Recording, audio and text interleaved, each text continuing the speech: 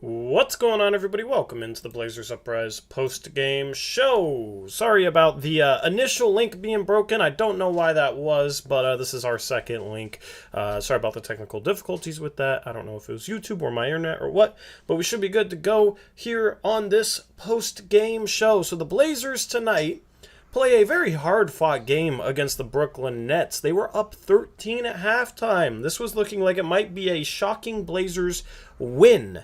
And then the Blazers gave up the lead in the second half. The Nets got up 111 to 101, but then the Blazers fought back, got really close at the end of this one, and then ended up losing by 5. So this was about as good as a tanking game can get, playing against a solid Nets team, although they're without Kyrie Irving, and it sounds like he won't be able to play home games going into the playoffs. It doesn't sound like there's going to be any change on that. It's still a solid Nets team on the road on the East Coast, and the Blazers fought hard and played a very good game, a very competitive game, and still accomplished what they're setting out to do right now, Eric, which is tank. Yeah, I think the Blazers got up by as many as 18, I think was their biggest lead in the second half. It looked like it was one of those games. Who did we beat the last time we won a game? I don't remember. Wizards. The Wizards, Home, yeah. It looked like one of those games where we were just going to be too good tonight, and the Nets just were going to fold, and then all of a sudden it was just like snap of the fingers and we were losing. It was beautiful. I thought there was some really good things to be proud of from this team. This is one of the few seasons where moral victories are completely okay. There was a moral victory for this particular squad to go into Brooklyn and hang with the Nets and have a big lead. They showed some really good hustle plays as well. And, that's it. But getting the L is ultimately what we needed in this one. Yep. So this is going to be a little shorter stream today. I say that about every stream, but this probably won't go more than an hour. March Madness is today, wrapping up the second day of the first round. And honestly, I'm happy that the Blazers lost. Is there a final on that Pacers game?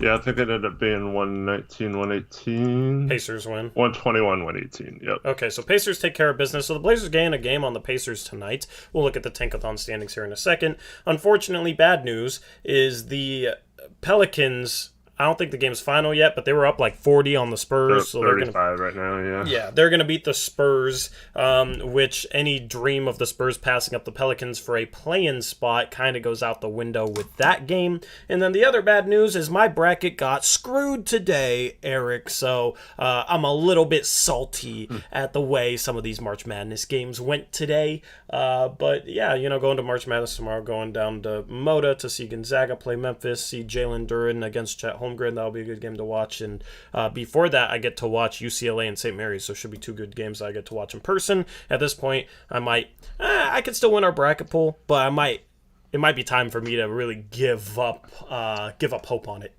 Is that how the tickets work? You got a 2-game session? Yeah. So for second round, it's you get access to both games. Nice, that's cool. For first day, it's you get access to 2 games. They have a morning session and an evening session, basically. Mm-hmm. Yeah. So yeah, we get to see 2 games for the price of, not for the price of 1, 2 games for the price of 2, because it was pretty expensive, but got solid seats. So I'm looking forward to being able to watch some March Madness action. Never been to March Madness before, so that should be fun. But as far as this game goes, we're not going to have much graphics, but we will, talk about this game a little bit. What were some of your thoughts on this game? I assume you probably watched it a little bit more than me. I watched very small bits and pieces of this game. To be honest, it's frustrating because I'll be in my home on my Xfinity mobile app, Eric, which you can only watch Blazer games on your Xfinity mobile app if you're connected to your home Wi-Fi. I was connected to my home Wi-Fi, like always, and multiple times I try and click back into the game and say, you need to connect to your home Wi-Fi. You can't watch this game. So it was frustrating dealing with that today. I only caught small pieces of this. So, hopefully you caught a little bit more. Hopefully you got a little bit more than I do. I had the entire game on my TV. Mm-hmm. So it was definitely on. I was definitely keeping an eye on it, but I also had a game on my computer at all times Mm-hmm. for the NCAA games, and then I was also kind of uh, later on this evening I'll have an article over on BlazersUprise.com um, going over 52 prospects that played in the first round of the NCAA tournament and just how they did, and just kind of a little write up on each player and their draft stock and stuff like that. So if you're interested in that, look forward to that later tonight. Um, I'm I have about 19 players to go out of those 52, so not too bad. So that'll be out in a little bit after the stream, and then but yeah, I kept an eye on pretty much the whole game.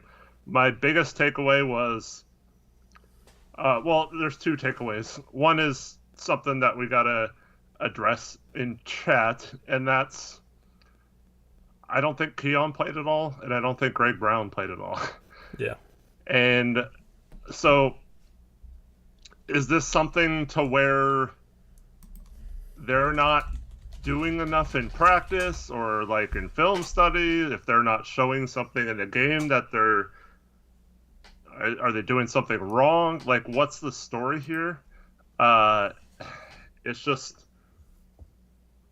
frustrating because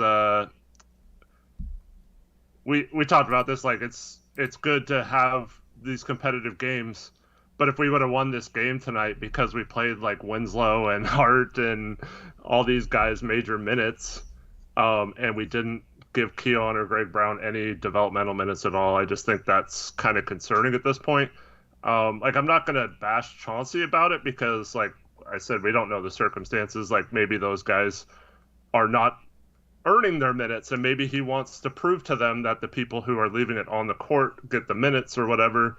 But from what I can tell, like the games we've seen, Keon's been playing decent. Greg Brown's been playing better. He's gotten better than he was at the beginning of the year. So I don't really understand what the thought process is behind not having them play at all. And especially like playing a guy like Elijah Hughes or someone like that. It's like, what are we doing? Like, why is he getting minutes right now? Yeah. So I don't really know. I said this on the last stream. I don't know if the front office, ownership, and Chauncey are 100% on the same page in terms of who to play. But your main goal right now is to develop players. Okay? Your main goal is to develop players. Your main goal as a coach, as an organization, your main goal shouldn't necessarily be to win games. Players are going to go out there and try and play their best and try and win basketball games through that. But as a coach, you're not sitting there like, oh, we got to play an 8-man rotation. Our best players need to play 40 minutes so that we can win this basketball game. You prioritize, or should be prioritizing, developing guys over going all out for a win. So I don't understand Macklemore playing as much as he did today and Keon not playing at all, because I don't think Macklemore, I would be shocked if he's on the team next year. Keon Johnson is like the long-term project that they got back in a trade. So what's the plan? What are we prioritizing here? What is Chauncey prioritizing? Is he prioritizing trying to win games, or is he prioritizing trying to develop players? Because just seeing this game tonight, it would seem like he's prioritizing that he wants to win games over all else. Now, of course he wants to win games, and of course he's going to try and help the team win games, and I think that gets lost in the context of what I'm saying. Is people think I'm saying that Chauncey should not try to win games at all.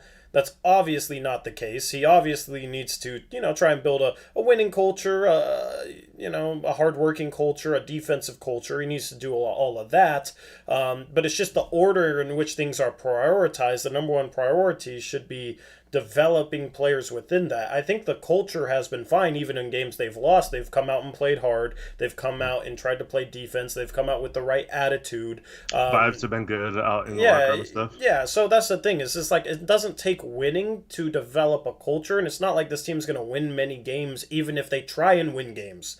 Okay, I mean, they have an easy schedule coming up, so maybe they do over that, but it's like you go into a game like this in Brooklyn, and it's like this would have been a major upset, a major shocker if the Blazers won this game, even if they tried everything in their power from a coaching staff, players played well, everything, even if they tried everything in their power to win this game. Player development needs to take priority number one. Okay, then of course Chauncey's going to try and build the right habits, get these players playing well, and they'll win games through that, and they'll build the right culture through that. So it's not necessarily an either or. It's just guys like Keon should be playing because they need to be developed. Ben McLemore isn't going to be on the team next year.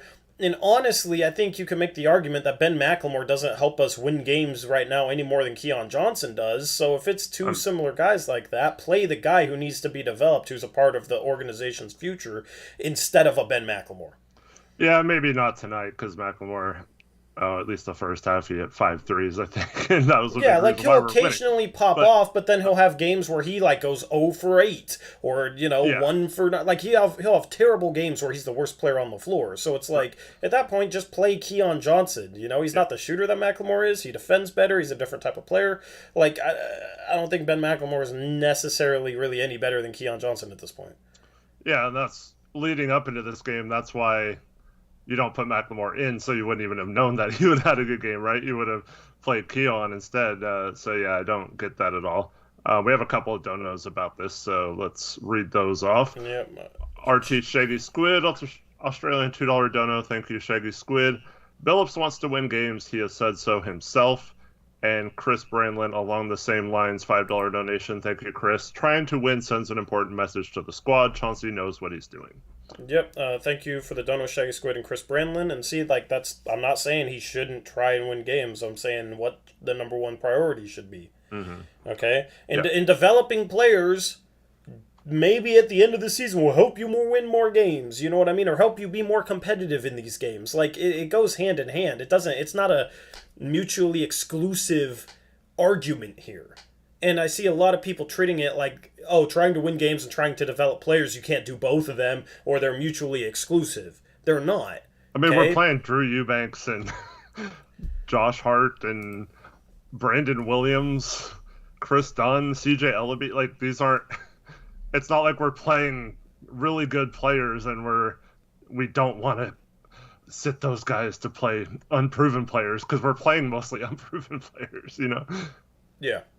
So I don't understand why Greg Brown doesn't play at all tonight. I don't understand why Keon Johnson doesn't play at all tonight. In the long run, winning this game wouldn't have meant anything positive for us. Mm-hmm. Well, Double E makes a comment. They say it looks like Keon and Greg will not be with the team next year. Don't know why. I think it's actually the opposite. So I think what's going on is because it's those two guys, right? Keon and Greg Brown. Those are the two young guys that have a guaranteed contract outside of Watford, but we're so thin up front. Watford has to play, right?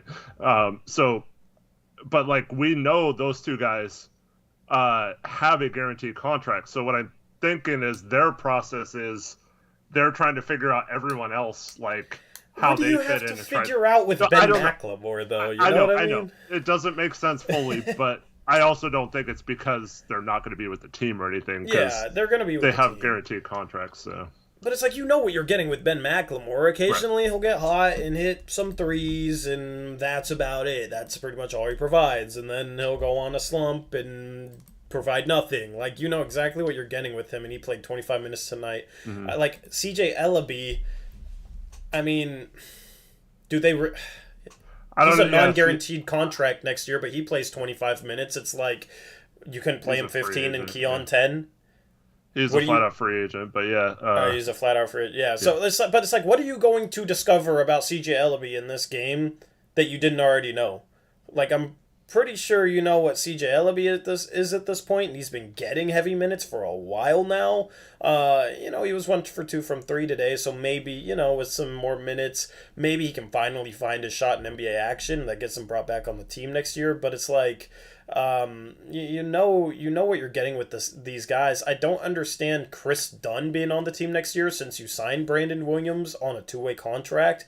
Anthony Simons is a backup guard. I don't know how many backup point guards you need. You already basically have 3 because if Dame or Ant gets hurt, you play Josh Hart more minutes at the 2, and you maybe slide down a backup wing, a backup small forward down to play some 2. So I don't really... when they signed Chris Dunn, I didn't feel like he was a long-term piece. It was just, oh, well, we need a backup point guard because Simons is hurt. Mm-hmm. But maybe they're going to look at him too. I don't know. Chris Dunn was absolutely fantastic in the first half of this game. He was an absolute game changer. He had at least 3 steals, I think, and had several breakaway easy baskets because of them. And there was one play in particular where this was going to be my other point from what I want, my other takeaway from this game.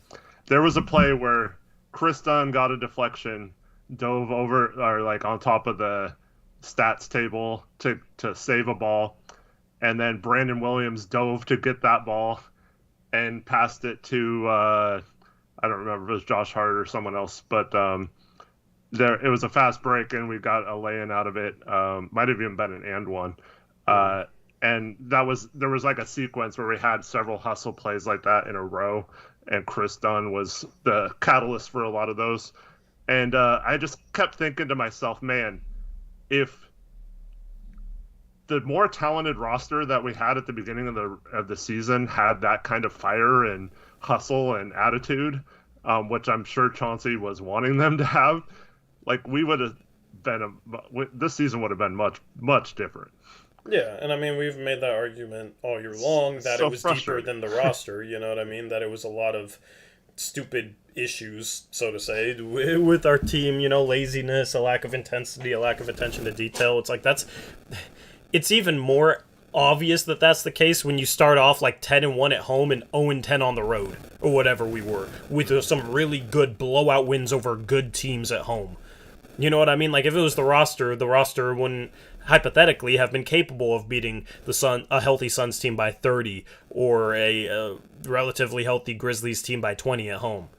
They played good defense in those games, and it was because they were flying around. It was because they were playing with energy, playing with effort, not making silly, lazy mistakes, you know, being in the right spots, like stuff that they were capable of doing, but you have to be locked in and mentally focused and committed to doing the right things defensively to be able to do it. Oh, my phone. Yeah, it's when it's next to my head. It's when it's next to my headphones, not my mic. It's when it's next to my headphones. So, but yeah, sorry for the staticky mic. It's technological interference. But yeah, like I 100% agree with that. If that team at the start of the season came out fully committed and playing with energy and committing to the defensive end, like they did at home over the first 11 games when they were 10-1, I think those players are still on the team. You know what I mean? I think this team looks completely different right now. I think we're in a completely different situation. I think maybe Dame is back, Nurkic is playing, like CJ is still on the team, and we're probably a team with home court advantage with the 4th seed, because that team was fantastic offensively. It just had to figure it out defensively. You know, Dame struggled with his shot and whatnot. You know, maybe you still should have elected to get the surgery, but that's the thing is like the problem with this team for years, outside of a couple where, you know, we had the 9th ranked defense in 2018 or 2019, you know, we had a little bit of improvement after we got Nurkic and then we regressed. But the problem, you know, before we got Nurkic in the past couple of years has been this team can't play a lick of defense. So now you bring in these hungry guys, and I know we give up 128 tonight, but we don't have, I don't know. It's just weird a game like this, because every time I tuned in, Eric, I thought this team was playing really hard defensively, getting after it defensively, but they still put up 128 points on the board. I mean, we can have good defenders, but when you're starting Brandon Williams, who's really undersized and not the greatest defender, we have our starting center is like 6'9", not the greatest rim protector. So like we don't have the backup for those guys to play pressure defense, and then we don't have we still have positions where they have mismatches if they switch and stuff like that. So yeah, it's tough to really judge it. I just, like you said, I just look for them to be playing hard, and whoa, what do you know? Like a lot of the who's guided to him, or like falling asleep off ball and all that kind of stuff that we broke down all at the beginning of the season. A lot of that stuff is gone simply because of effort now, you know? Yeah. And people paying attention and being focused. Yep. Yep, so the start of the season was really frustrating in that regard. Shout out to Oscar, member for 2 months. He says, would you guys trade the number 1 pick for Karl Anthony Towns? No, I would not. No, I would not. I see, like, the conversation we just had was we have to get this team good enough defensively. I don't think Karl Anthony Towns does that at all. And we have to match his salary, so you'd be talking about trading Eric Bledsoe and then probably signing whoever we drafted for Minnesota with the number 1 pick, signing them, and then trading him after 30 days to count him as salary in order to match Cat. But maybe you'd have to give up Josh Hart in that deal.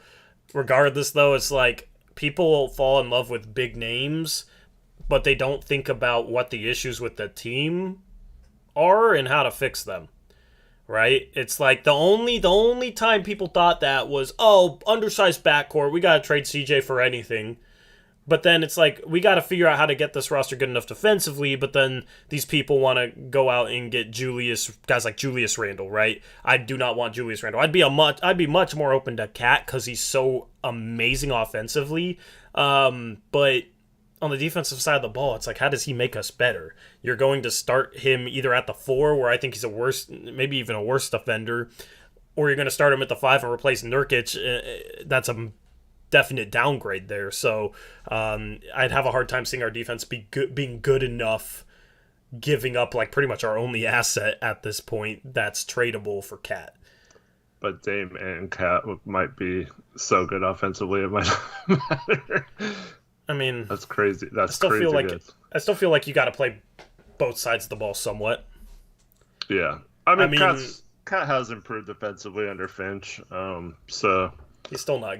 He's still not great, but yeah, I mean, he's okay though at the center position. But yeah, I mean that's tough. I would hope. Actually, you know what? I don't know what pick. Do they still have their first? They didn't trade it, right? Who? Minnesota. I think so. So right now it's 19th.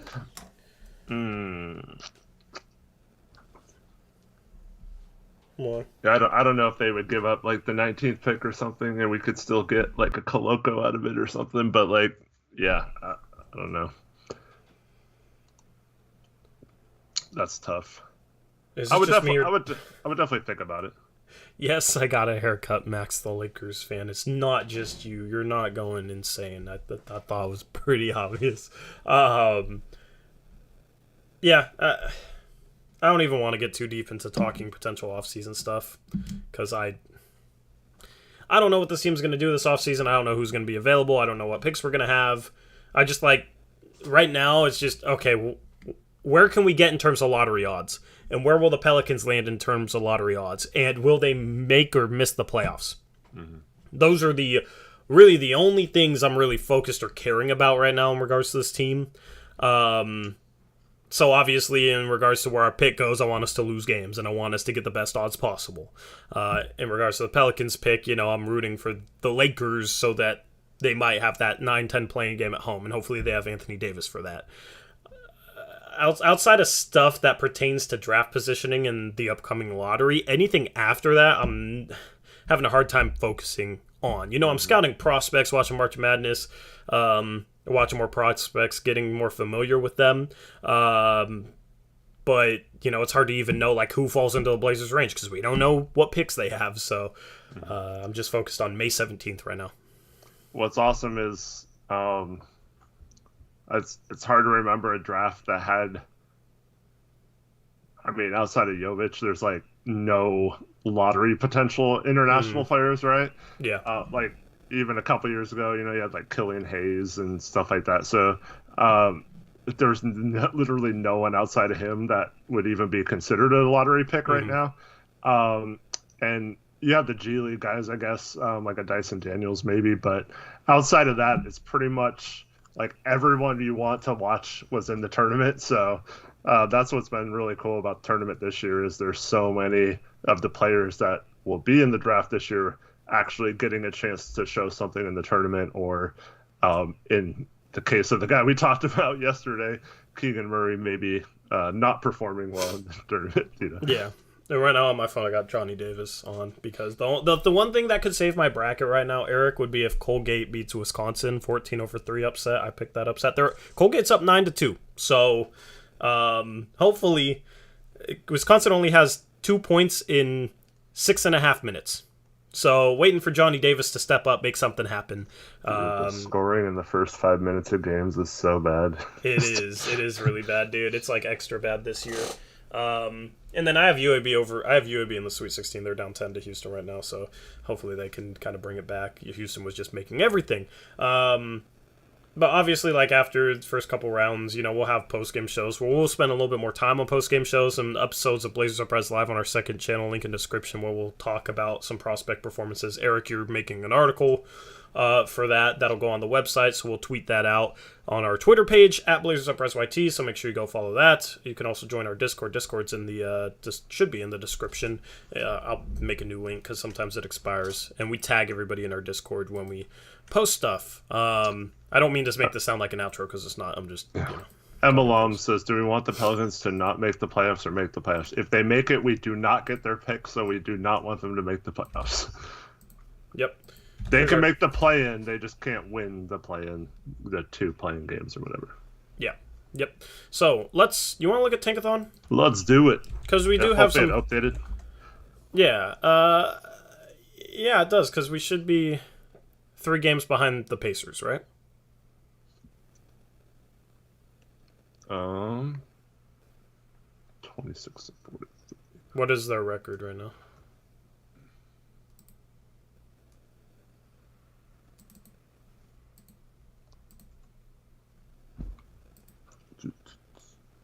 Why will this not load? It is 24 and 47. Yeah, so it is updated. Okay, let me bring it up here then. All right, so Tankathon update. All right, so Spurs are still tied with us, but we have one less win. So yep, this is the new Tankathon picture, right? So Spurs and Blazers lost. Pelicans won. Pelicans are only half a game behind Washington, so we're rooting for Washington to win games. It sucked that we beat Washington. Really does, because we don't want the Pelicans to pass them up. Then our pick would end up being 10th instead of 9th. Maybe the thing is that if the Pelicans pass up Washington, though, and don't make the playoffs, it's less likely they get into the top 4. So maybe at that point you just... take an extra spot for the less odds. You know what? Honestly, from 9 through 12, I think there's 4 or 5 prospects that are all pretty even to me. So actually, I think I want them to pass up Washington. Yeah, I agree. Now that I think about it. So, rooting for Washington to lose, I guess. I don't know. It's just weird with that pick and kind of the situation around it. But you got the Lakers in 11th. They won tonight, so good for them. If they had lost, Eric, they would have been tied with the Pelicans. I don't know if this Pelicans score is updated. Is it? Is this game final? I think so, because it has the... it's got the Pelicans winning and the Spurs losing. Okay. Yeah. So that actually, that is updated. I didn't know if that game went final yet or not, but yeah, the Pelicans would have been tied with the Lakers in the 10th, 11th spot. Washington would have been up to 9 if the... No, the Washington would have been 11th, and New Orleans and the Lakers would have been tied for 9 and 10th. And here's the thing, New Orleans wants to pass the Lakers because A, they get their 9-10 playing game at home, and B, the Lakers pick goes to New Orleans if it's 10th or higher. It goes to Memphis if it's 11th or lower, and right now they are 11th, so they're right on that cusp. And I don't think New Orleans was expecting to get that pick this year. So that's a New Orleans first if Washington passes up the Lakers. So that's the update. And then the other thing is, it was 2 games back of Sacramento. Sacramento's extremely frustrating. 3 games back of Indiana. We gained a game on Indiana. We're only 2 back in the loss column on Indiana, 1 on Sacramento. So I don't think we can move up to 4, but I think it's possible to move up to 5. We play Indiana, Monday? Yeah. Is that Monday? Oh, I know. We play Detroit Sunday, and I think Indiana Monday. Oh, God, we played Detroit, man. Yeah, Hopefully Cade's so back for that one. hopefully, is he back for that one? I said hopefully. I don't know. Okay, yeah, hopefully he is. Portland, Detroit, and Portland's been playing well, so I'm worried about Portland winning that game, and then I'm worried about Portland beating Indiana. If Portland beats Indiana, my hope for passing Indiana in the lottery standings is gone. This is the perfect time, Eric, to rest Josh Hart for like the rest of the season. At least the next game. Yeah, we'll look at our schedule coming up, but yeah, it's brutal. Brutally easy, so to say. But we are only a couple games back of Indiana, and then if that's the thing, if we let Indiana beat us, they'll only be one win back. So then they just have to make up one more game in the other games this season. So definitely want to lose against Indiana and want to lose against Detroit, of course, as well. Let's simulate the lottery, Eric, and hope for luck. We've gotten lucky the past couple post-game shows. We had a wild lottery sim on the last post-game show. If you missed it, you missed out. 14 Charlotte, 13 Atlanta. They don't move up this time. 12 New York, 11 is Lakers, 10 is Washington. 9 needs to be the Pelicans pick going to Portland, and it does. Yeah. 8th is hopefully not Portland, San Antonio. Okay, 7th, hopefully not Portland. It is Portland. 6th is there's no teams have moved up. 5 is Indiana. No teams moved up. I swear I hit Sim Lottery. 4 is OKC. 3 is Detroit. 2 is Houston, and 1 is I did hit Sim Lottery, Eric. Orlando moved up 1, and Houston moved down 1. I'm doing that over. That's rigged, man. That's bogus. But honestly, 7 and 9 is not bad. I actually like 7 and 9. So I mean, yeah, we'll take what we can get, but let's get something better. All right, that was so boring. We're gonna redo the lottery sim. Imagine if that was like lottery sim where it was just straight up chalk. There was, I forgot what year it was, but there was a year where it went chalk. No team moved. It was the year before. I think they switched the protections. Interesting. Yeah. I think that was like the first time it had ever happened. Yeah. Yeah, it's very, very rare, of course. But all right, 14 Charlotte, 13 Atlanta. Let's get some movement on this one. 11 Lakers to Memphis. 10. We got our pick from New Orleans. The Wizards moved into the top 4. At 9, San Antonio. At 8, hopefully not Portland. Hey, we moved into the top 4, and we got the Pelicans pick, Eric. So Washington moved up into top 4. We moved top up to 4 top and 4. 10. Let's go. Sacramento's disastery gets them the 8th pick. The Kings are going to king, man. 7th, Indiana. 6th, Orlando. 5, Houston. So OKC moves up, and Detroit moves up. And you got the Blazers, and you got the Wizards. At 4, it's the Blazers. At 3, it's the Wizards. At 2, it's OKC. At 1, it's Detroit. So what would you do here? What would you try and do here at 4 and 10?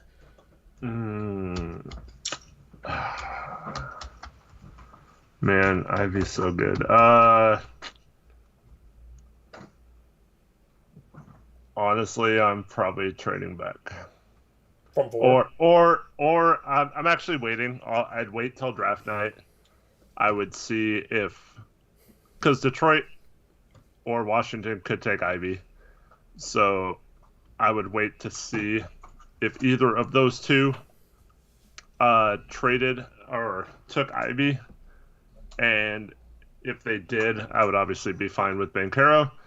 And then, so I would wait. If it goes, Chet, Jabari, Banchero in some order, 1, 2, 3, I would seriously consider trading down and picking up multiple assets to do so. I mean, if it's pretty obvious that that's going to be the order, I also consider packaging 4 and 10 for maybe 1 or 2. And maybe like for OKC, maybe 4 and 10 for 2 and 15, right? If OKC wants Ivy. But OKC has a lot of guards, so I don't see them doing that. See, Detroit might do that if they really wanted Ivy, because then they wouldn't have to take him 1. They could probably still get him at 4 if he's on the board. So, I feel like you couldn't get extra value out of Detroit, though, if you did 4 and 10. And I don't think they have their second this year. I don't remember, though. No. Yeah, so, maybe 1 and I don't I know, don't, one I and maybe a couple seconds or something I like think it's that. going to be really hard to trade up in this draft. Yeah, yeah, it is. And that's why if we are willing to trade back, then we might get a really good offer from one of those teams that really wants Ivy. Who would you think? I don't know. I mean, Sacramento's dumb. Maybe they trade us like an unprotected first next year, number 8 or something. Would you do 4 to San Antonio for 9, 17, and 22? I might actually. Yeah, I might do that. That's so tough. Yeah. I mean, at 4, I wouldn't hate drafting Ivy and then trying to package 10 and Josh Hart and Eric Bledsoe for something.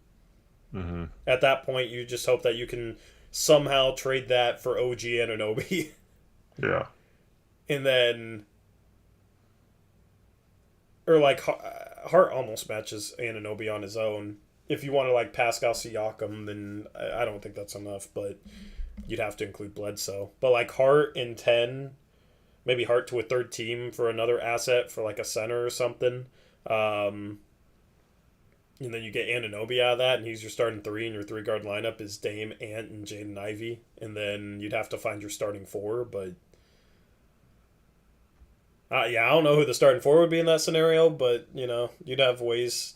Still have the trade exception since Hart matches Ivy or Hart matches Anunoby. I think he's within $5 million, and we wouldn't be in the tax. And if Well, we not, have the trade exception that OG fits in. yeah, I would just rather it doesn't make sense to keep Hart, right, and he's a valuable asset. So I'd want to try to save that trade exception by using Hart, and maybe you have to throw in like a Greg Brown or whatever his contract, as well as 10 for Anunoby.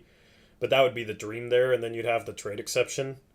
See, the reason why I consider that is because I really want a late teens pick to get Koloko. I think that would be awesome to have him as our backup center. I mean, is there any salary we could take on to get? Like any team with bad salary in that range? I mean, remember Boston gave up 30 to get off Cantor's like $5 million expiring contract a couple years ago. Yeah, unfortunately, I think we've looked through this. There's not a lot of teams with bad contracts anymore, and I think a lot of them are expired now. So you wouldn't think of like Cantor's as when he was making $5 million a couple years ago with only 1 year left. You wouldn't think of him as a bad contract, Yeah, but Boston was trying to get out of the tax or free up the full. Yeah. They were trying to free up a max contract one of the years for Kemba, and then the other year they were trying to stay under the tax or something. I don't know. I just don't think you. I just have a hard time passing on Ivy just so you can trade back to take Koloko. Mm-hmm. Well, I mean, we'd still have 9 too, though. Yeah, I know, but still, like, I wouldn't want to. I don't think I'd want to do that. What if we could trade 9 and 10 for Siakam and still have 17 and 22? I mean, at that point, you do that. Yeah. Like, so it would be 4 and 10 for Siakam, 17 and 22. Yeah, pretty much. I mean, 10 trading down for 17 and 22 is a relatively even trade, so it'd basically be 4 for Siakam. Uh-huh. I mean, you'd have to draft the players with 9 and 10 and then sign them to include their salary to match Siakam with Bledsoe if you wanted to keep Hart. Yeah. Chat, would you do that? Let us know. That's tough. I almost, dude, I'm so in love with this draft. Like, at least the lottery. I don't know. Yeah, I have my reservations, you know that. With almost every prospect in this draft. But yeah, I mean, 4 would be interesting. That's the thing. Is there's gonna in the lottery they're gonna announce top 5 picks, then there's gonna be a commercial break, and if we're in the top 4, it's like, oh my goodness, because 3 and 4, not a big difference, right? But 3, you're guaranteed one of Banchero, Jabari, or Chet, and you just take one of them, and you take somebody with 10, or you trade 10, and it's simple. If it's 4, all of a sudden you have a lot of it gets messy because 4 it's Jaden Ivey.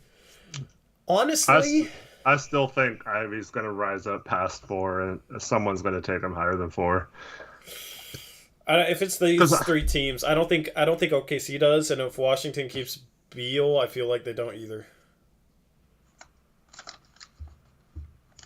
Yeah, I don't know because they have Rui. They just traded for Porzingis. They have Abdia. I feel like they have another 4 that I'm forgetting. They have a lot of Kuzma. Yeah, Kuzma. I mean, they probably put that pick and play for like a big name guy and think like Beal, Porzingis, and then whoever we trade the 3rd pick for, that's a big 3. Yeah. Like, that's what I would see them doing. But that's the thing, is it gets interesting if Portland's 4. Mm-hmm. It gets really, really interesting. Because Jaden Ivey's the obvious pick. Honestly, like, Shaedon Sharpe would if he measures well and then impresses during pre-draft workouts, I could see Portland going like Shaedon Sharpe if he's big enough to play the 3. Mm-hmm. At 4. Because he might have just as much upside as Jaden Ivey, you know? Mm-hmm. So, that would be the interesting scenario if that's how the draft lottery goes. Your phone. Dang, dude, I cannot bring my phone anywhere around my headphones. I need wireless headphones or something that will actually like connect to my computer. My computer doesn't work well with wireless headphones. Chet is not falling to 4. Agreed. Banchero might. I don't think Jabari or Chet, there's any chance that they fall past 1 and 2. Not anymore, probably not. Maybe, but they're consensus 1 and 2. There would have to be some sort of red flag on Chet, I think, in a physical or a combine workout or something for him to fall, and I don't see why that would just happen out of the blue. Yeah, I don't see that happening either. Someone said earlier, I answered it in chat, but if we got 1, would you pull a Boston Celtics from a few years ago and trade 1 for 3 in future assets? I answered no. I would only, if we get 1 or 2, I'm not trading out of those positions. Yeah, agreed. Fuzzy Simpleton says Sharp is the one player we should not get. We need people with some college at least. You realize Anthony Simons is going to start next year? You see how Anthony Simons is doing this year? Now, it did take him 4 years, but Shaedon Sharpe is a lot better than Anthony was at the same age. Like, in my opinion. That's why he's being talked about as a potential top 5, top 6 pick. He was the number 1 player in his high school class. Anthony was not. Anthony was taken 24th. So, Shaedon Sharpe in like 2-3 years could be like a star. He could also be a guy who's not good at all. Mm-hmm. Yeah, that's a big risk. If he's big enough to play the 3, though, I think you take that. Yeah, I think you might. If you're at 4, I think you might have to take that risk if you're Portland. Mm-hmm. So it took Ant 4 years. Yeah, that's true. But at the same time, Ant was playing behind CJ and Dame the whole time. So if you have a situation where, because look what happened the minute he became the starter and got minutes. Like, so we don't know if that progression would have been better if in like his 2nd year he was the starting guard next to Dame instead of his 4th year or whatever.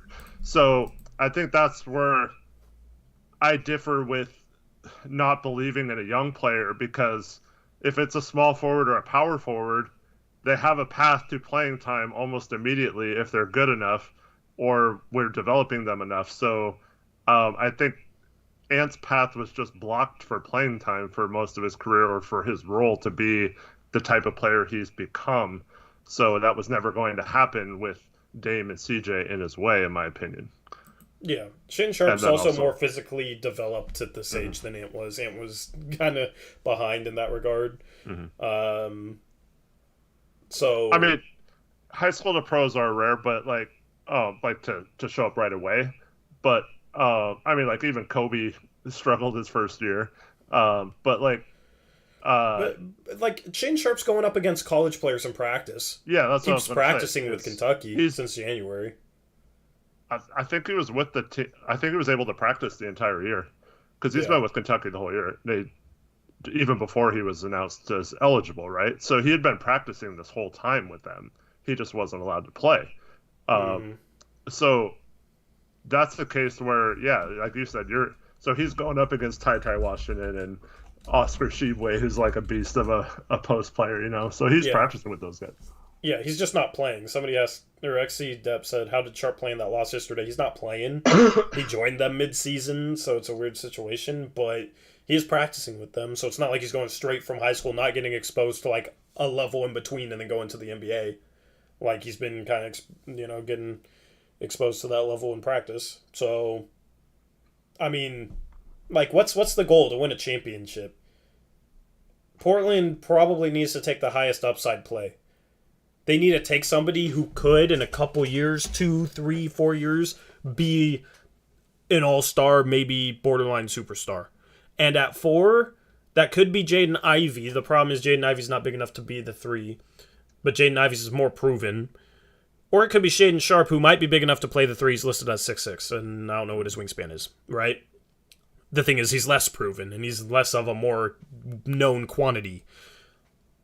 So what do you do at 4 if you're Portland at 4? Like I could see us taking Shaedon Sharpe and then him being like Shaedon Sharpe has a chance to be the best player from this draft. Mm-hmm. If he goes into this year's draft. And as a Blazer fan, you should hope that he goes into this year's draft. Even if you don't want him, you should hope that he goes into the draft, because then if we stay at like 7, if we have like 7 and 9, then that's just another guy that probably goes before 7. Or maybe that's a guy who falls to 7 and we could trade that pick for like some very valuable assets because a team would really want him. Mm-hmm. So you should want him to be in the draft even if you don't want him. But I mean, Sharpe, I could see 3 years down the line, we take Sharpe at 4. In Dame, hopefully he's still normal Dame, and Ant's like maybe a all-star quality player. He's looked like one so far this year. And then so is Shaedon Sharpe. And then maybe we make a trade and get like I don't know who at the 4, but we pull something off. The 10th pick, maybe it's OG. I think OG's a little bit small to play the 4, but the 10th pick for like a legitimate starting 4, and then you got Nurkic and you're set. You got 3 stars. Shaedon Sharpe supposedly has like, I've barely watched him, but supposedly he has really high upside defensively as well. So the 4 for 17 or 4 for 9, 17, and 22 or whatever it was. Mm-hmm. That scenario is, a lot's going to change between now and the draft, so it's not certain yet. But as of right now, we'd be in the range to get the 3 players that Double E mentioned. So at 9, if we got Mathurin, and then 17 or 22, we probably would have a chance at Koloko and Jovic.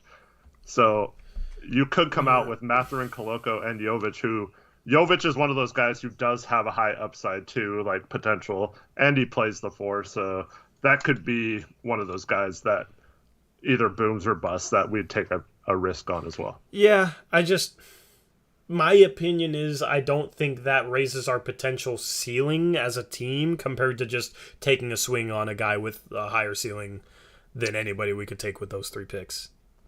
You know what I mean? And it's not as safe. Like, that's the safer route. And that's probably the route to go if you want to guarantee that we're a playoff team over the next few years. But it's like, if we're trying to win a championship, it's like we have to take a risk somewhere. We have to take just a wild swing for the fences. And it's more likely we strike out, but it also gives us a chance of hitting the home run. That's kind of my viewpoint on trading back from there. Okay. Here's my opposing view on that. I think of the guys outside of Sharpe, who's a complete unknown, I think Mathurin has the most star potential out of that range in the 8 to 12 or whatever. So I think you're getting a potential star or fringe all-star level player in Mathurin if he develops. Koloko, I don't know if you saw tonight, but he had like 6 assists or something like that. The dude's learning how to pass, and he's playing, like, he's getting to the point where, this guy can block shots. He's got excellent timing. He can guard the perimeter. He switches onto guards and rarely gets blown by quicker guards. And now he's starting to show like an offensive skill set to where you can run some offense through him, and he's creating offense through passing and in the low post and stuff like that. Man, so that he's got pretty high upside too. And if we always talk about finding the next like Bam type player. I mean, Koloko could be it, and that getting him in that range, I haven't seen a single mock draft that has him in lottery range, so we could easily get him as of right now. Once again, things could change Yeah. with the middle first, and he'd be a great person to learn behind Nurk and just be our backup center, so we're not relying on him to develop right away, but he still can come in and get minutes and all that kind of stuff. And then you get Jovic, who at 6'10 can do a lot of things that are very useful. And if he comes and plays well, that's just like three potential stars you got just by trading up for one shot. So I almost would rather take a shot that one of those three becomes a star versus putting all our eggs into the one basket. I I think there would be a 50-50 chance that we end up with one borderline all-star out of those three. Like one fringe level all-star out of those three. And I don't, like, none of those guys have the upside as a Shaden Sharp, you know? It's like, I'd rather have a guy that could potentially be a superstar, right? You know, with a lower floor, a riskier pick, than, like, I like Koloko, I like Jovic. Like, everybody you're talking about, I like, and I agree with your assessment on them. I still would rather have... and this is dependent on Sharp being big enough to play the three, of course, because if he's not, then positionally, how do you work that out? It's really rough. But I'd rather have a Sharp or an Ivy, because those guys have, I think, superstar upside. Whereas the other three guys have all-star upside, but their ceilings aren't as high, and I like Koloko a lot. I just think it's more likely that he ends up being a role-playing big than an all-star or you know, a Bam or somebody like that. Same thing with Jovic. And then, you know, Mathurin I'd have a little bit more confidence in becoming a star, but not to the same degree as like a Sharp or an Ivy. I mean, so did I hear that right? You think there's more of a chance of Sharp than a 50-50 chance of him being a star? What'd you say? You think Sharp has more than a 50% chance? Because you said my scenario has like a 50-50% chance of becoming a fringe star. Not, I wouldn't even... I don't know if I'd put it that high, but the top end of that is much higher than anything that you'd get from 9, 17, and 22. The top end, like the top... none of those guys that you would draft with 9, 17, and 22, I could see becoming top 10 players. Now they could, you never know. I mean, look at Jokic, he was taking 41st. Nobody would have said he could have become a top 10 player and he became an MVP, right? But I don't see any of those guys having really a chance at becoming a top 10 or a top 15 player in the league. Whereas with Shaden Sharp, I see him having that sort of chance. It's not high, but there's a chance. So the ceiling is higher. And at that point, I just want to swing for the fences and go get a guy with a ton of upside so that we can raise the ceiling of this team. Because if we just take guys at 9, 17, and 22, I'm worried like, okay, we'll get a maybe a guy that in a couple years can be a borderline all-star, and then we'll get a couple role players, and then it's like we're still not contending at that point. That would be my worry. Whereas if Shaden Sharp, you know, sure, he could completely flame out and it could screw us over and we might be screwed. But I could also see 3 years him being like a legitimate all-star and, you know, maybe a borderline top 25, top 30 player. Jaden Ivey, same way. Jaden Ivey, I'm a little bit more confident in. The problem is he's more of a guard. Mm-hmm. See, with Sharp, I mean, it's too much of an unknown for me to project that over three guys who I think all have the potential to do that. I would put my eggs in 3 baskets versus 1 and hoping that one person turns out, because if he doesn't, you're pretty much screwed, right? I mean, but we have a good developmental coach in Chauncey Billups. We have a good mentor in Dame. But that's why I'd rather have 3 guys he could develop, because if they all turn out good, then we're set. Shout out Shaggy Squid, $5 Australian dono. He says, Dame and Ant are ball dominant. Okay, let me stop you right there. Ant is the second best catch-and-shoot three-point shooter in the league. So if you have 2 dynamic playmakers next to him that are helping manufacture those shots, that's extremely efficient offense. But the rest of the dono says, Sharp or Ivy would get held back on this team and wouldn't help us in position of need. The guys would just have to play off each other and would learn to play off each other. If like, Dame would get more catch-and-shoot looks, and that would be better for Dame. Ant would get more catch-and-shoot looks. That would be better for Ant.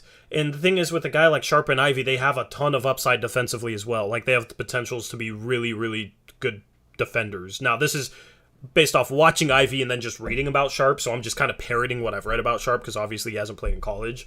I've watched little bits of footage here and there, but that's the thing. If you can get a guy that can defend well and then can make plays and can do it all, why wouldn't you want that? Yeah. Well, also on Dame, he's been in the 90th percentile for catch and shoot as well. So it's not like he's bad off ball either. He just doesn't do it very often, or hasn't been required to do that in previous offenses and stuff like that. And then this year it's kind of hard to tell with the injury and all that kind of stuff. So, well, go ahead. I wanted to read a comment. Okay. But yeah. Well, I kind of agree on Ivy though. Like it's tough. It's like this always comes back to the Donovan Mitchell thing. Like I wanted to draft Donovan Mitchell when we traded up to 10, but I still don't know if Mitchell becomes Mitchell if he's playing behind Dame and CJ, right? So like it's hard to know what those circumstances would be, how different the player would be. If we draft Bam in that situation, I am 100% certain he would not become a playmaker. He would have been, like a 10-10 guy who barely passes at all or whatever and plays decent defense. But like I don't think he would have developed those playmaking skills under Stotts. So like it is tough to realize or to figure out how to make it work with Ivy, because he does need the ball in his hand to be super effective. And if you can make it work to where your offense has Dame and Ant off ball getting open threes because of Ivy, then we're set. But it's really hard to play those three all at the same time for 30 minutes a game or whatever. So it'll just be tough. Yeah. In regards to trading down, I'm just looking at a couple drafts. Like, I'd just be worried that one or maybe two of them just ends up like another Romeo Langford, Siku Doumbouya, Chumo Kiki, Nikhil Alexander-Walker, Goga Batadze, Luka Samanic, Matisse Thybulle. Like, those were guys taken 14th through 20 in 2019. Like solid players, but not anything that's going to really tip the scales. Now, obviously, if you have faith in your scouting department, you're expecting to get a better guy than that. But, I mean, you look at 2020, starting at like 10, Jalen Smith, Devin Vassell, Tyrese Halliburton's legit, but then Kyra Lewis Jr., Aaron Nesmith, Cole Anthony's solid, Isaiah Stewart, Poku Shevsky, Josh Green. Now, this is a more recent draft, so some of these guys could still pan out. It's just that's kind of my, I like some of those prospects, but Sadiq Bey's after that, and then Precious, was just listing off some names in order. But like some of those guys are solid, but it's not, it's not like any of those guys are sure things. I could find drafts that have stars in that range too. So. Oh yeah, I know. But I mean, when you look at said drafts, I mean, I don't know. Like the talent, more often than not, is towards the top. Like more often than not, you'd rather have, a Darius Garland or a John Morant, or you know what I'm saying. So compared to some of the players like 14 through 20. I mean, even after Thybulle, Brandon Clark, Grant Williams, Darius Baisley, Ty Jerome, like, I don't know. I've just seen so many guys where it's like, oh, they could be really good in that range, and then they come to the NBA and they're just very mediocre and don't, like, they can still play and still maybe be a rotation guy on a solid team, but it's not anything special. And sure, there are some unique cases, but it's kind of a crapshoot in terms of identifying those guys. Yeah. But I mean, like you said, that's why you have scouts. But I counter with the 2013 draft where the two best players were picked 15th and 27th. I mean, yeah, if there's a but there's that's the thing, is there's a crapshoot. If teams identified those guys as being those guys, they would have taken them far before that. You know what I mean? So it's like you either have to have the best scouting department in the league, or. But that's why. Like I said, you're getting three, and you're still getting Mathurin, who, like you said, has a pretty high floor, in my opinion. So you still have those three chances of one of the three being the right pick versus one guy who you've never even seen play in college. Yeah, but it's like if you get two picks between, 10 and 30 in that draft, what are the odds that you land one of those two guys? If you have two picks between 10 and 30. It's what, 1 in 10? I mean, sure.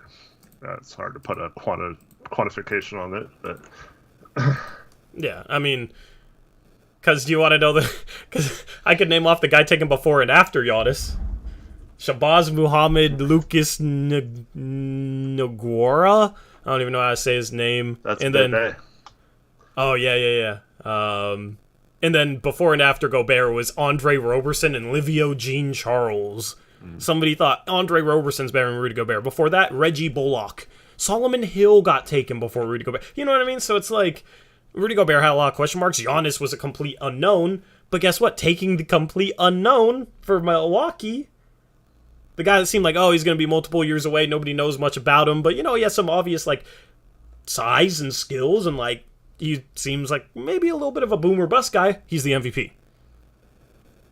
So I don't know if there's, anybody like that in this year's draft because they're all playing in college. There isn't really an unknown quantity. So it's an interesting debate. My guy, Ibu Baji's could be the next Gobert. To answer, but he's probably going in the second, right? Yeah, so, I know. So go get a second too. Take Sharp and take him. That ties into Liam Best's Australian $2 dono earlier. He said, "Any international guys you like? Jovic is fun." I mean, Jovic is fun. There's really nobody else legitimate outside of that, to be honest. That's legitimate top 20 prospects. There's some good sleepers.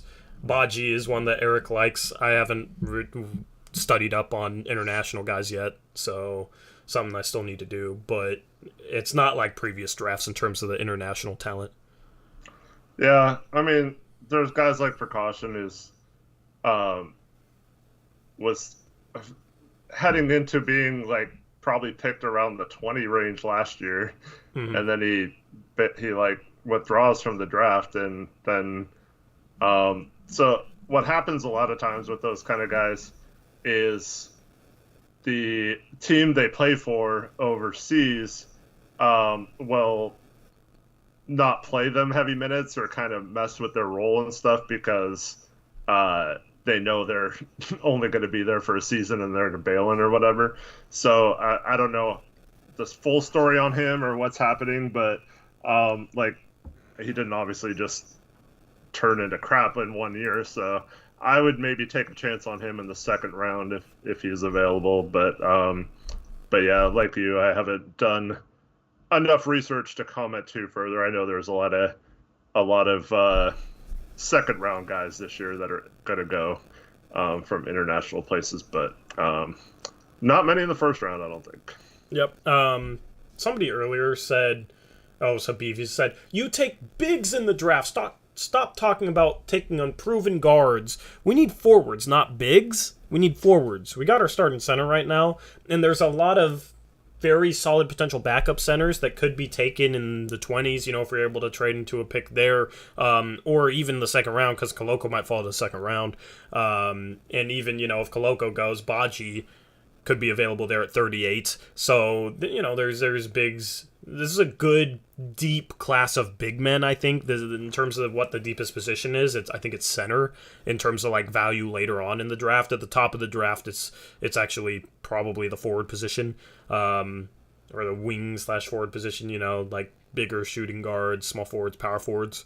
Not a lot of point guards at the top of this year's draft. But we need forwards. And that's my whole thing about Shaedon Sharpe is he's listed as 6'6". I have no idea if he's 6'4", or if he's 6'6", but he's listed as 6'6". If his measurements come back where he's 6'6" with a 6'11" wingspan and has a 8'7", 8'8" standing reach or something like that, that dude's big enough to play small forward. Mm-hmm. And that's a position of need for us. So, you take a chance on him because he could turn into, he has a ton of upside. He's kind of an unproven thing, just, a little bit different than how Giannis was, but just like Giannis was. I mean, the last unproven guard we took in that position, I'd say that pick has worked out pretty well with Simons, and that was the 24th pick. So just, it's a Anthony Simons, bigger, more souped up version of him because he's a top 6-7 prospect. Yeah. If you can get an Anthony Simons type to play the 3, I'd do that. What if Mathurin measures the same? I'd still take Sharpe over him. Yeah. I don't know if Sharpe would help us more next year, but I think it would give us a bigger chance of winning a championship with Dame, because I think that chance is extremely, extremely small. So, you know, even if it's a small chance that Sharp ends up becoming an all-star or a superstar, I think his ceiling is so high that, you know, you still take that small chance because it's already a small chance we ever win a championship with Dame anyway. I think that'd have more an impact on that. So, I mean, everything that I think about is just how can we get to the point where we have a chance to win a championship. That's all. That's how I evaluate everything at this point. For the record, I have Mathurin over Sharp right now. Do you? Where do you have Sharp at? Oh, somewhere around 10, probably 9 or 10.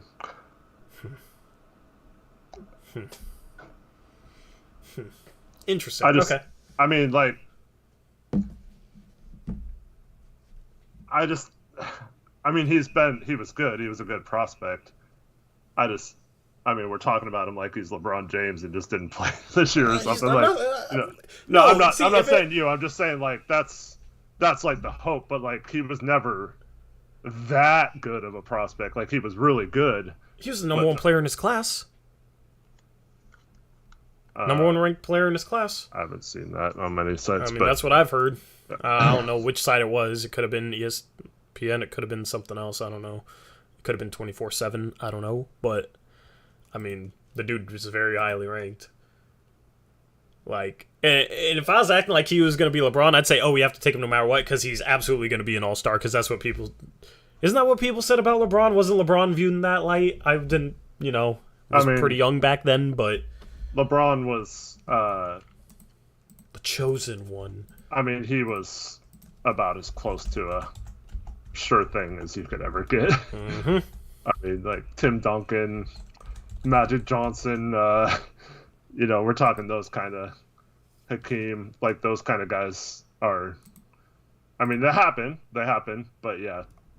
LeBron was absolutely no question. Like, this draft, there's going to be questions on who you take one. The Odin Durant draft, obviously there was questions, like almost every draft since then there's been some sort of question. But it's like like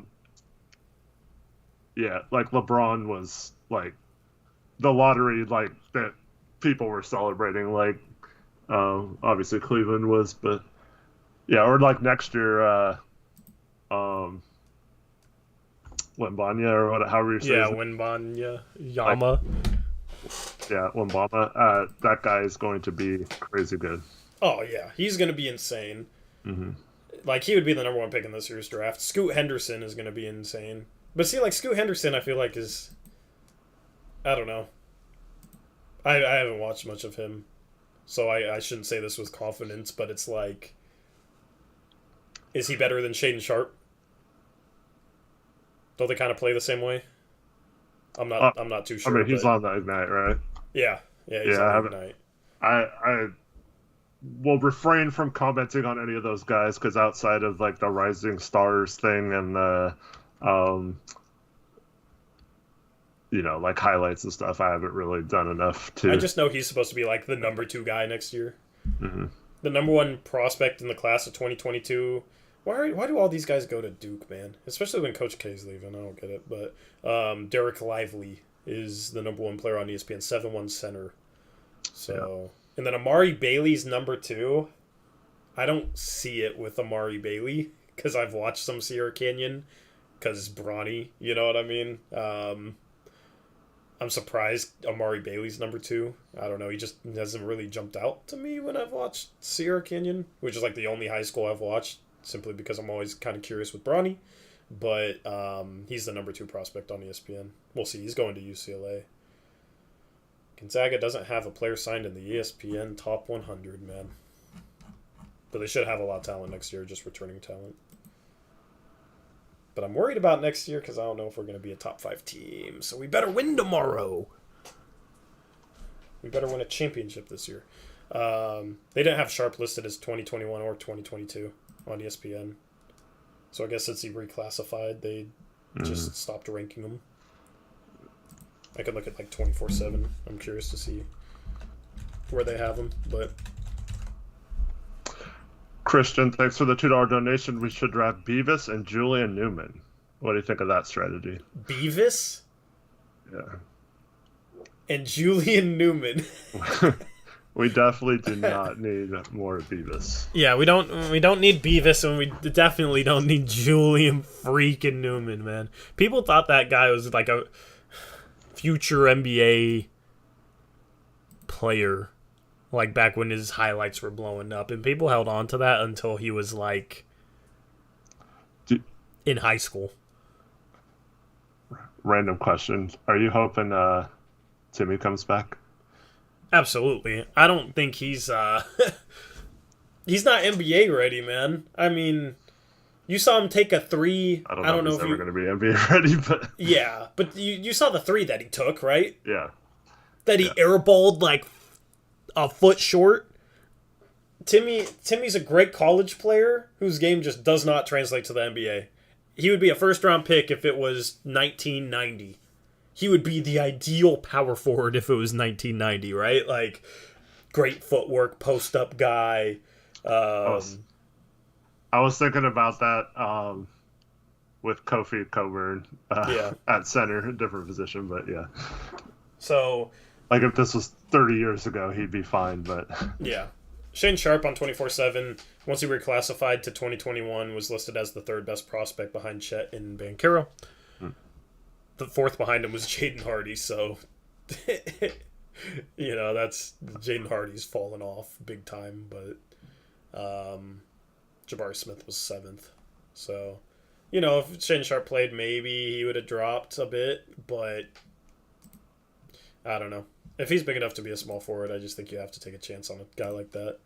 If you get the fourth pick, either Ivy or him, and if you can get great value and trade it, sure, go ahead and do that. It's just like, how do we got a long ways to go before we have a chance of winning a championship, and I just feel like we have to make splash moves, like high risk, high reward moves in order to get there. It's just kind of where I'm at right now. Well, I'm with you there, but I just think if we got those three, that would be a bigger splash. I think we're just arguing about the splash levels. Yeah, levels of like where the splash zone is on that. Yeah, I mean, we're gonna disagree on that, but I mean, I think at this point, and I don't think this is gonna change through draft night. And I said this on a previous stream. I think you like the draft more like 8 on down or 7 on down through like the teens than I do, and I like the second round maybe a little bit more than you. Yeah. But I haven't done a lot. I don't know enough about the guys in the second round, so that could obviously change. But that's usually kind of the way it goes with most drafts. I feel like with me and you is just we like certain ranges a little bit better for whatever reason. So I don't think that's going to change before draft night. I think if we have this conversation with the fourth pick on draft night, I think we would probably have the same debate. Yeah, maybe. I mean, workouts change it. Yeah. Measurements are going to factor in huge with some of the guys. Yeah. I mean, if we have the sixth pick, I know we should keep it because that's where we drafted Brandon Roy and Damian Lillard. So if we get the sixth pick, we get good luck. Yeah. Permanent. Good luck with that pick or something. But I just want to state on the record, so if someone could please clip this. Koloko is going to be a stud. And what does a stud mean? Like the next good center. Good as in all-star? Yes, all-star level center. Yep, eventually. Koloko's going to be an all-star level center. Clip it. There's actually, you can clip there's a clip thing. Yeah. There's a clip thing below the video. So mods or somebody in chat, clip it, send it to us. I will put it in the vault, and we'll bring it out like 5 years from now. All right, we'll bring it out 5 years from now, and we'll see. I think Koloko. He has a chance of being an all-star. So I'm not disagreeing with you. I think he's Clint Capella-ish. Yeah, I mean, Clint Capella with like better offense is all-star. Yeah, I'm not completely sold on that. On the offense. Mm-hmm. I see the flashes. See, that's the thing is I started talking about Koloko, like that was one of the earliest prospects that I started talking about, I feel like this year. And I was really high on him. Like I was bordering on putting him in lottery and in terms of my big board, and I still might, I'm still high on him. So that's the thing is like it's like we don't even disagree about the I don't even disagree with your assessments on any of those three prospects. I like Koloko a lot too. So I think he's put that on the record. I think Koloko is going to be good too. Okay, okay, we'll include that in the clip. No, I'm kicking you off this train. But I think Shaden Sharp is going to be better. All right. You're not welcome on this train anymore. Sorry. Bro, I started the train. I just got to keep the train on the tracks instead of like going over the cliff with like he's the next Olajuwon, you know. So I started. Start the train in this community. I started the Koloko train. Bro, when you watched that game, I had already watched him. Which game? You watched an Arizona game earlier in the year when you started that opinion. But you hadn't. I mean, you had watched it, but you hadn't voiced your support enough to start a movement, to start a train. We talked about Koloko like at least 3 or 4 times before that in the chat already, like in the GC. Did we? Yeah. Chat, like, can you guys corroborate Eric's story? Thomas Aransky is actually can back me up on this. I mean, I wouldn't believe Thomas Aransky. Somebody else going to have to corroborate it, all right? Okay. Who started the train? I mean, he's good. Do you want me to do a chat poll on who started the train? No, I don't. I'm not trying to take credit for it or whatever. That's not. I don't even care about that. I just don't think you should be taking credit for starting a train on someone that was. Okay, we started the train collectively. I don't compared to the rest of Blazers media. A good prospect. I mean, he won Defensive Player of the Year and Most Improved Player in the Pac-12. Bro, we have started the train because people have him as like the 40th best prospect in the draft. Yeah, that's insane. So I think we're on the Koloko train because we have him like twice as high as that. We have him 20th or higher. And everybody else seemingly has him as a second-round prospect. Yeah. Could you imagine if he's there at 38, Eric, and instead of taking according to him... some mocks, we would... Yeah. We have a chance of getting him that low. And instead of taking him, we take, like, Max Christie. I don't know. Who's the second-round prospect you hate? I don't know, but, like, if we start... if it gets to like the late 20s, early 30s, and he's still on the board and we don't trade up, I'm going to be mad. Because we have like 8 million second round picks. That's the other nice thing. Like one of the only positive things now, we had like 4 extra second round picks in the future. We better use some of that draft capital to move up to get Koloko if he falls to late first, early second. Yeah. Imagine Drew Timme enters the draft and we take him instead of Koloko at 38. I would rage, okay? And then nobody could ever say that I'm too biased for Gonzaga players. Because I would sit there on stream and rage that we took Drew Timme. And I love Drew Timme, man. I love Drew Timme. He doesn't translate. I think Koloko could back up Nurk right away, absolutely. XC Depp says, who's the most controversial pick in this year's draft? Chet or Sharp, probably. I think Chet is probably the most controversial, though. What do you think? Yeah, definitely. Chet will be the most divisive for any fan base that picks him. Dude, we need to get to the first overall pick. Take Chet. At least half of our fan base will freak out that we didn't take Jabari, and then Chet needs to help lead us to a championship. That is my dream timeline. That is my dream. I'm gonna watch Chet tomorrow. Somebody asked where I was sitting tomorrow. 100 level baseline somewhere. I think like 107. I don't remember. Ooh, fancy. Yeah, like top level of 100 baseline, but wanted to. I mean, how am I gonna scout Durin and Chet up close? Or how am I gonna scout both those guys without sitting up close? Yeah. I gotta read their body language. If they're engaged in the timeouts. I also get to scout Johnny Juzang and Jaime Jaquez. Watch me come back on the next stream and say Durin's a top 5 player and Chet isn't. So, by the way, I see Chiefin in chat. He says Durin might grown man his... whatever. Yeah, I'm that's more definitely confident gonna going be a into fun tomorrow now. game. Yeah. Yeah. Dude, this dude. Oh, I forgot to tell you, Tori. What? Chief induct me again. Did he? Yep. And he's talking about grown manning. Yeah. Yep. So I forgot what day it was, but it was a nice day. It was a weekend day. He wasn't working, um, and it was a day where the Phoenix Suns had like a day game or something, and I kept messaging him because I saw him in chat on the Suns Valley Pod, Mm-hmm. and so I was like, "Hey, what are you doing? Let's go meet up." And like, no answer, no answer. And so like half an hour later, I'm like, "Dude, are you ducking me?" And then he responded like, "Oh no, I'm not ducking you. Like I'm just doing something or whatever. I didn't see your message." And then I was like, "Okay, so let's go play." And then he didn't respond for like another half an hour.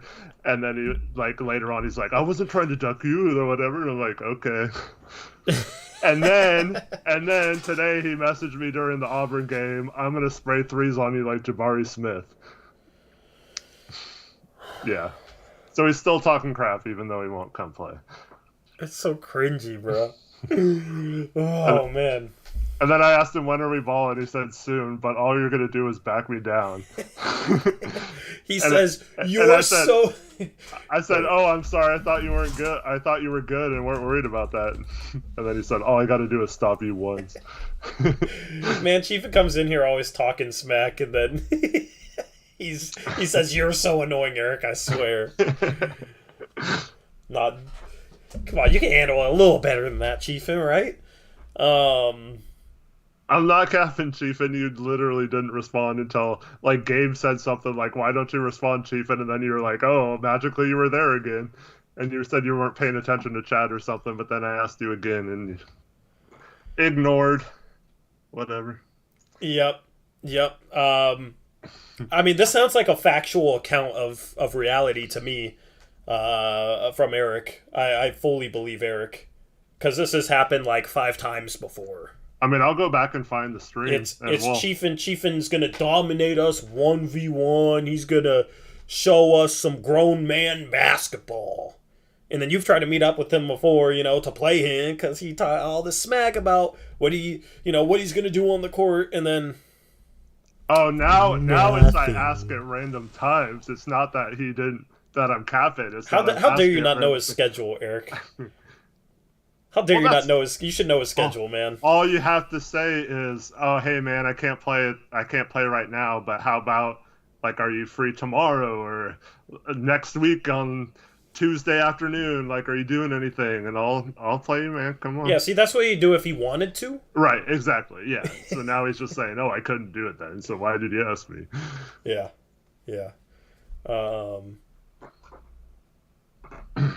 Anyway, anything else you want to say for the stream? I want to get back to watching some March Madness, finishing off this day. No, thank you everyone for watching.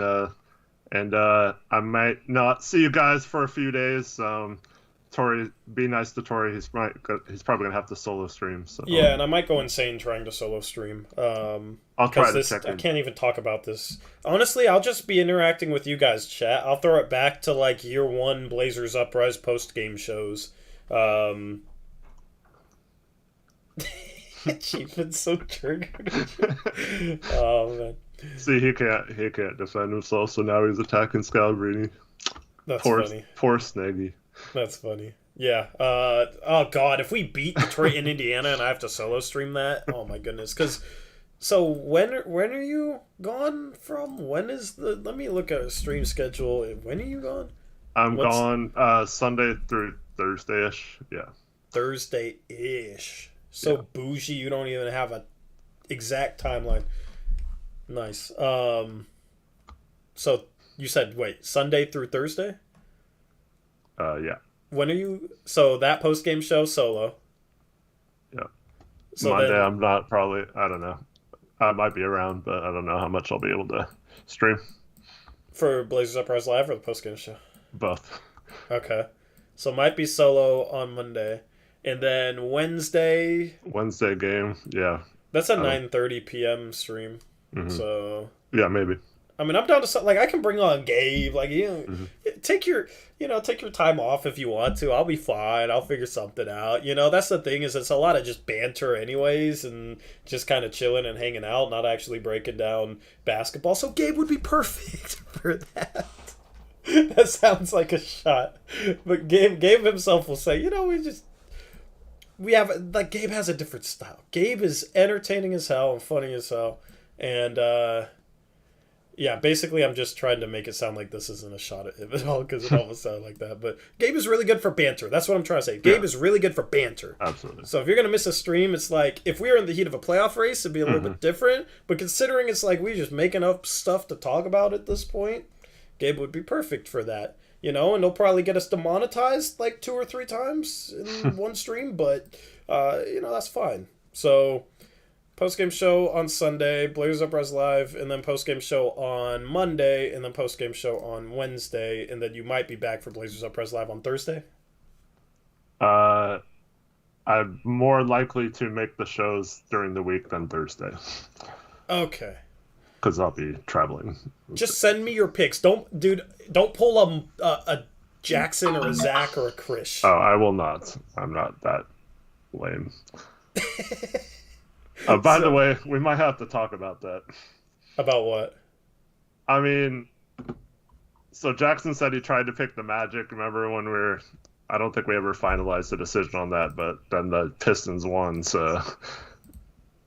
I said let's go with his pick because the Pistons were up, so it's not like he looked at the score and changed it or anything. You know what I mean? Like, Orlando, if he looked at the score, Orlando would have made less sense than picking it before the game, so I said let's go with it. Okay. That makes sense. I'm sure he would be saying that that's fair as well. Yeah, so, yeah. I don't know what happened with that with him, but anyway, he said he tried to send it in chat saying, like, I picked the Magic, I'm not going to be here, but then he said he was, like, getting spotty service or something. We should just send it to the Discord then if he's, like, not going to be here, but that would have been better. But, yeah. Like I said, I will not do that. Cool. Yeah, if you're not going to be a stream shot, just Discord them, easy. Actually, I will give my picks live from a sports book, and I'll bet real money on whatever picks I make too. So,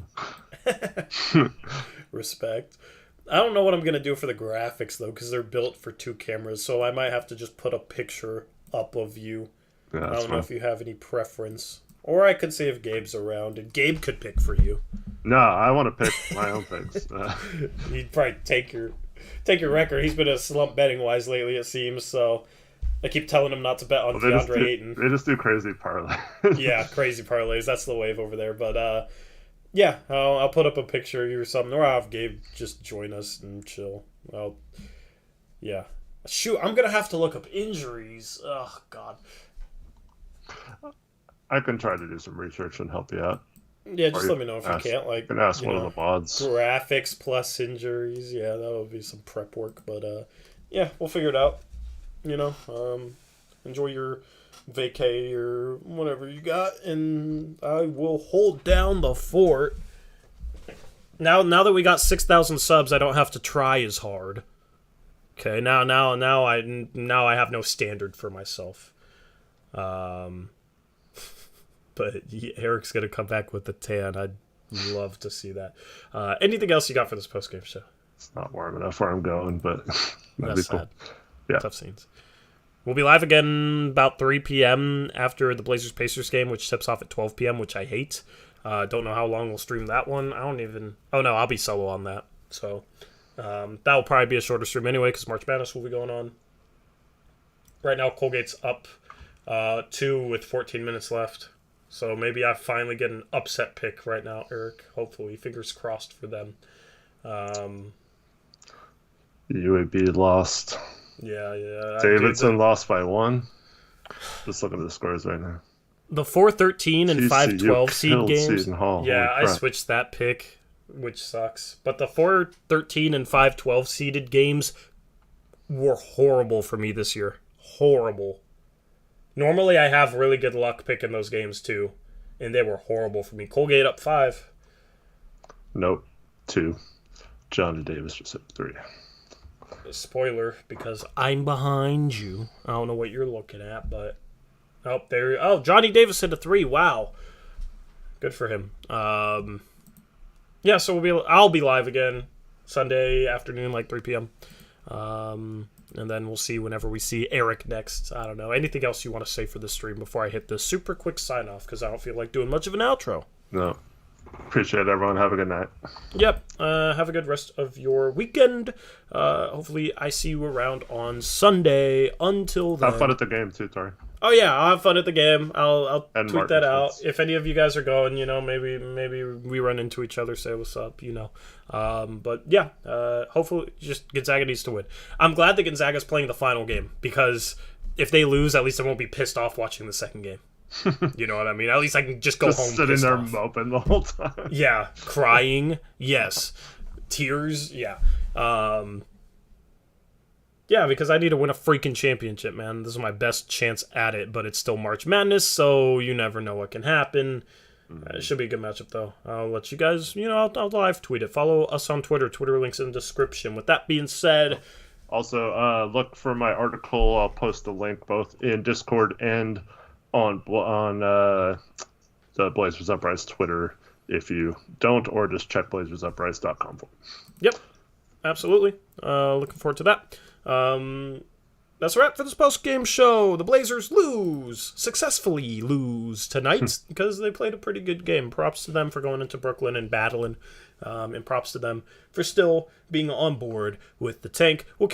I'll catch you guys on Sunday. Until then, as always, peace out. Go Blazers.